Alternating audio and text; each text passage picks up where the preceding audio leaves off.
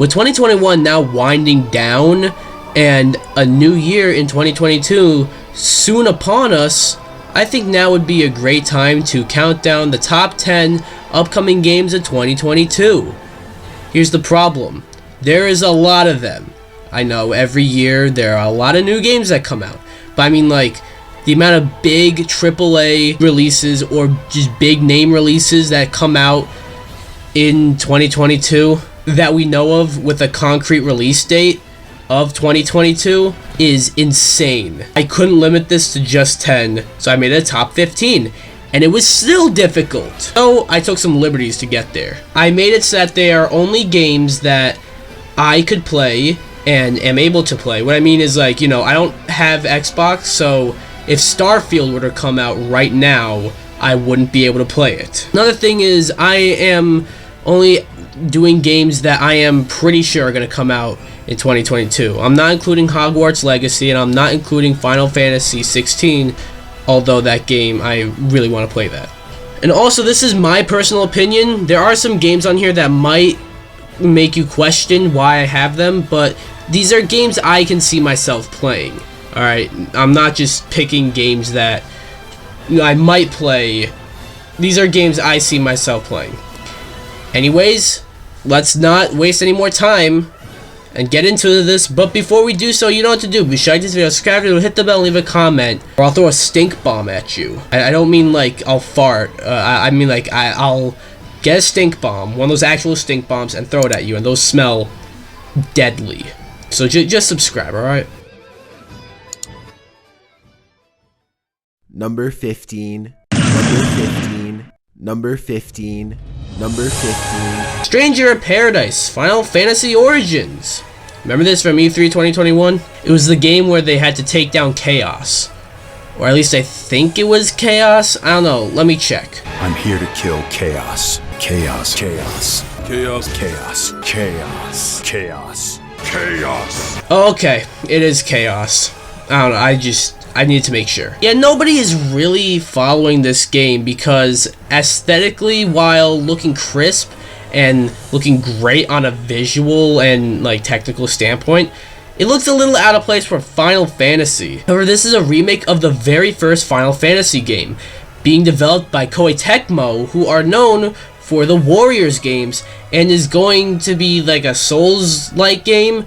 That is quite a combination that I can't quite say no to. I am intrigued when it comes to Stranger in Paradise Final Fantasy Origins, as it is scheduled to release on March 18th, 2022. This November, California voters will decide if they wish to spend billions to help fund the work. Proposition 14. DPX, did you actually just put WWE 2K22 on this list? Yes, I did. Part of me is staying cautiously optimistic about WWE 2K22.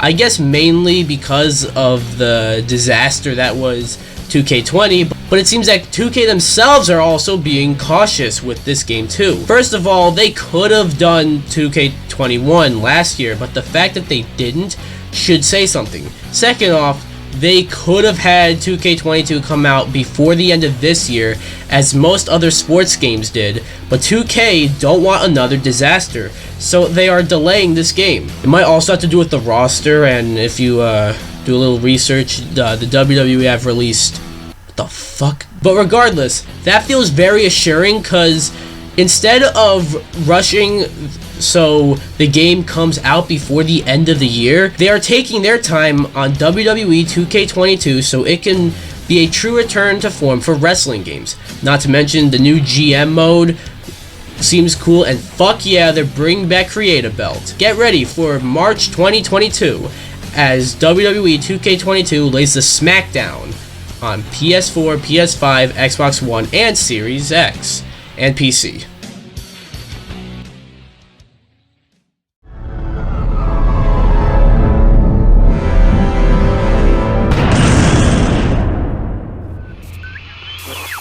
I feel like we don't know much about Splatoon 3, which is weird because we are actually about, what, 2 months shy from it being revealed a year ago. When it was revealed, it said it was coming in 2022, which means they had a lot of work to do when they announced it. Splatoon 2, as good as it was sort of deemed Splatoon 1.5, as it seemed that it was more of just a better version of Splatoon on a better console. Also considering that, you know, they wanted a Splatoon game on the Switch, but they didn't really want to port over Splatoon, I guess. You know, they were doing all these other games, whatever. But Splatoon 3 seems to be having a lot more content, and even a single-player campaign that seems pretty big and pretty lengthy, and possibly even an open world. That would be cool. Get ready for Splatoon 3 as it launches sometime in 2022. 19 men attacked our country. The 12 of you will be the first ones to fight back. How do you love your family and leave them to go to war? Nickelodeon All-Star Brawl came out, and it was good. Alright, it was good, but it fell off. However, that's not stopping WB from making their own platform fighter with Multiverses. I'm not gonna lie, Multiverses, while kind of looking a little low budget and worrying, looks fun and seems to be avoiding many of the issues I had with Nickelodeon All-Star Brawl. There are alts, there are voice acting, which I understand why that wasn't in Nickelodeon, but still there is voice acting, there are team battles, and if it's low on content, that's still a bit of an issue, but it's gonna be free to play. So it's not like you wasted money or anything. Not to mention, the roster they already have so far is awesome. The fact that I can have a match between Batman, Superman, Bugs Bunny, and Ultra Instinct motherfucking Shaggy for real is amazing. Please, can we get Johnny Bravo in here and also some representation for regular show? We'll be on our way. As of now, there seems to be no 1v1 mode and only team battles, which is keeping it from placing higher. And if that is the case, that is actually really stupid. But I'm still excited to play Multiverses sometime in 2022.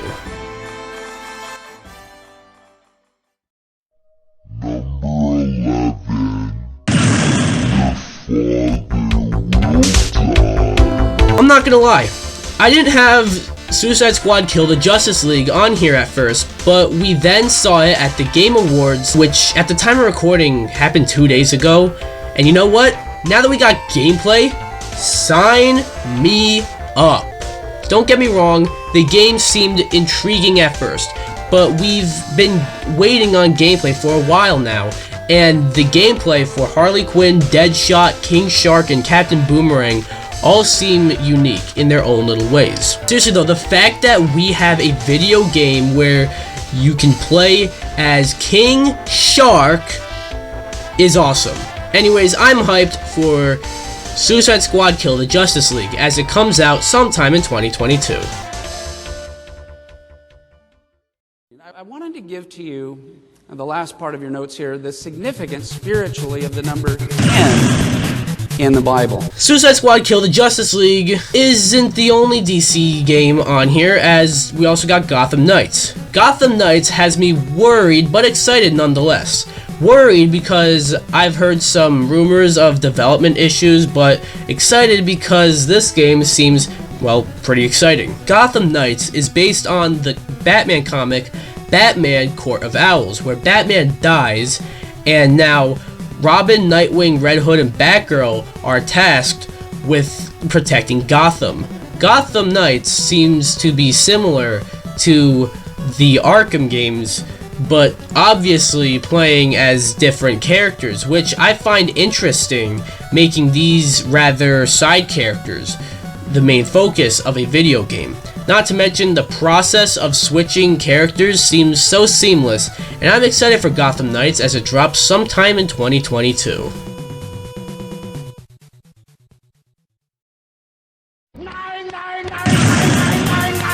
Streets of Rage 4 is a fantastic return for the Streets of Rage franchise, and it was done by .mu, who are amazing at bringing back dead retro franchises.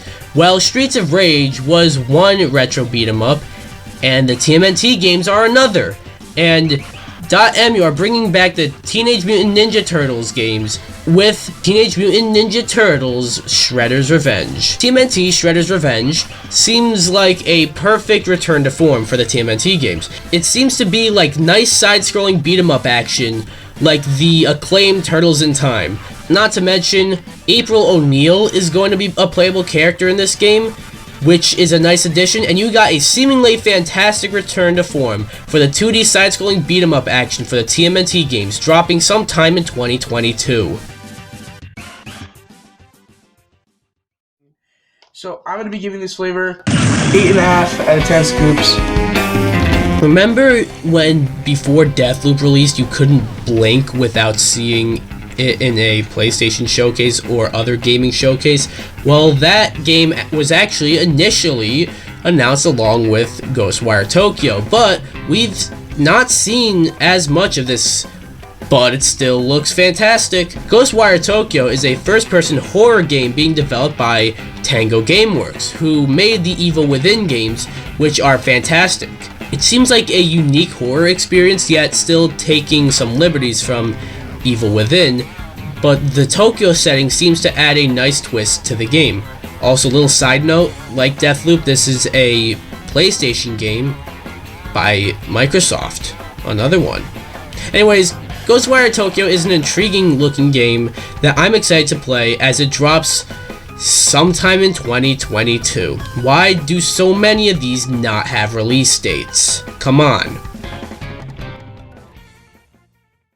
36. Very close, but that's not it. Let's go to Gary the Retard. What number between 2 and 4? 7. Okay guys, little quiz. What game franchises would you say have the most main entries? I'm sure games like Final Fantasy, Mega Man, maybe even Resident Evil or Dynasty Warriors come to mind. However, you're probably not thinking of King of Fighters, which is getting its 15th release in 2022. That's right, King of Fighters 15 is coming out and I'm pretty hyped. King of Fighters 15 seems to be boasting a stellar roster of characters, many returning but also new ones, along with a very cool 3-on-3 mode. Not to mention the game also just looks fantastic from the trailers. The gameplay looks sick as well, and so do the combos and everything. As a big fighting game fan, I'm excited for King of Fighters 15 as it drops on February 17th, 2022. Hey look, a release date! Okay, Mrs. Puff, what's my final score? 6. Woo! Guys, think about this. Bayonetta 3 was announced 4 years ago, pretty much to the day, and we finally got a look at the game just a few months ago. However, it looks sick. Bayonetta 3, while graphically looking a little iffy, looks like a lot of fun and seems to be a big game for the Switch. Not to mention, Bayo's new design looks pretty cool and the combat seems smooth as hell. Throw that in with the fact that they finally seem confident that this game will be released in 2022, and I'm confident to say that I am looking forward to actually playing this game in 2022. Yep, Bayonetta 3 will release sometime in 2022. Well, let's hope it actually does. Chills. Literal chills. It was number 5. Number 5 killed my brother. Oh my god, I forgot about that. Bayonetta 3 finally had a gameplay reveal at a Nintendo Direct a few months ago. But that's not all we got at that Direct. We also got a reveal of Kirby and the Forgotten Land. Yeah, this seems like a weird game to have so high, but let me explain. It's been a while since I've actually gotten this excited for a new Kirby game, but Forgotten Land seems like a new direction for the Kirby series that it desperately needed. Whenever a Kirby game would release, not that it was bad, but it was always the safe game. The game that, while good, was never really anything groundbreaking. It's just, you know, okay, it's Kirby, it's fine. Now that Kirby and the Forgotten Land is the first ever 3D Kirby game, and might even be open world from what we've seen, I am super excited for this game. This is Kirby's big moment. Get ready for Kirby and the Forgotten Land as it launches in spring of 2022. A little more specific there, but please, can we get a date?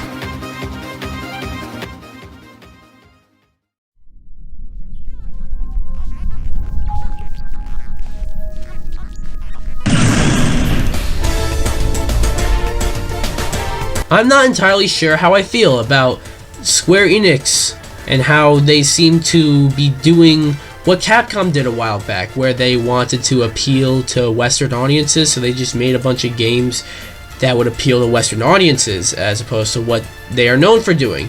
I bring that up because Forspoken seems to be a prime example of them doing that, but Forspoken looks amazing.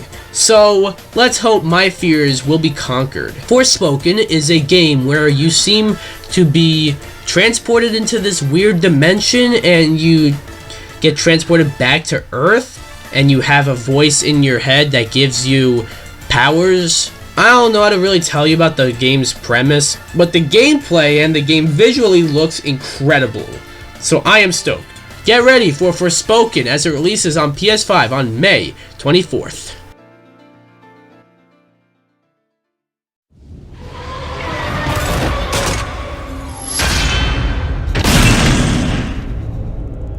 I feel like we've been waiting far too long for Horizon Forbidden West, so it's nice to see that it's finally coming out. Horizon Zero Dawn on PS4 was a fantastic game and new franchise for PlayStation, so Forbidden West just seems like Zero Dawn, but better in every single way. And honestly, that might not even be true.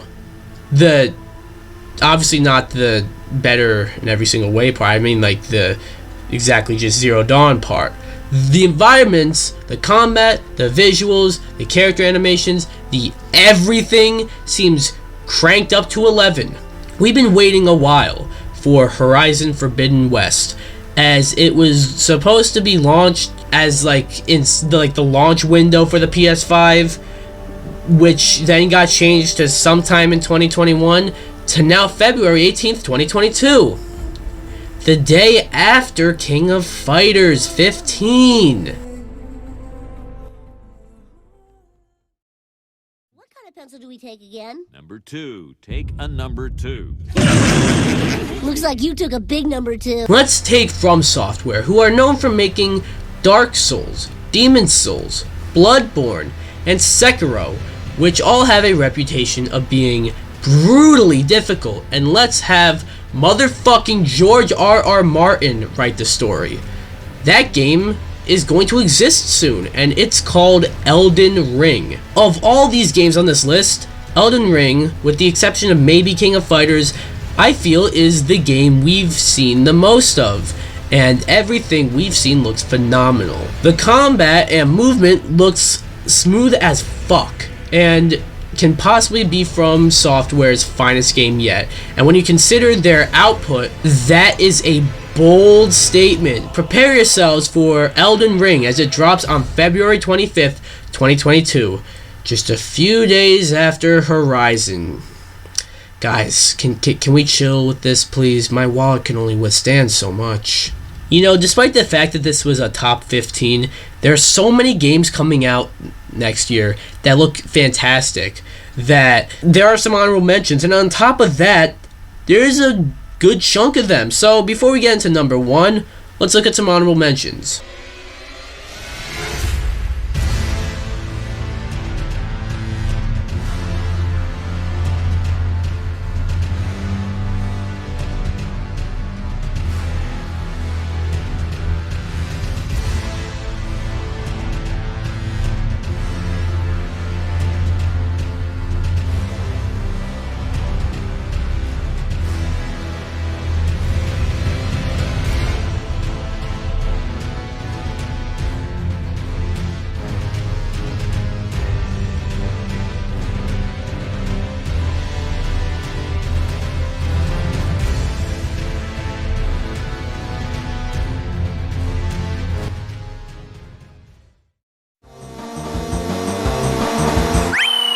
I'm Luigi, number 1. I mentioned earlier that I'm not including any game that I don't think will come out in 2022 just to make the list easier. However, I feel like if I don't have Breath of the Wild 2 on this list, I feel like you guys are going to put a hit on me. Please, guys, please don't put a hit on me. It looks fantastic, though. I would love to have it on this list, so it is going to be on this list. However, I am breaking 2 rules, actually. I know, savage. Because I can't decide between Breath of the Wild 2 or God of War Ragnarok. So you know what? Fuck it. They are both my number one. And how could you decide, really? Both are sequels to phenomenal games that sort of reinvented their respective franchise. They both pick up from great stories. They both seem to crank up their previous installments' excellency. What more can I say? God of War Ragnarok and Breath of the Wild 2 are confirmed for 2022 at a random unspecified release date. What else is new? Breath of the Wild 2 is aiming for 2022. God of War seems more likely to be 2022, but still, both of them are my most anticipated games of 2022. So that was this list. Yeah, a tough one. Even with 15, you know, I couldn't do it without cheating. Look at me. But yeah, what do you guys think? Do you agree with me? Do you not agree with me? Actually, you're not going to agree with me because this is my own opinion. It's what I'm looking forward to the most. What are you guys looking forward to the most? You can give me your top 10, whatever. Let me know what games you're looking forward to the most in 2022 because there's a fuck ton. Anyways, be sure to like this video, subscribe if you're new, hit the bell, and leave a comment, or I will throw a stink bomb at you. Bye, guys!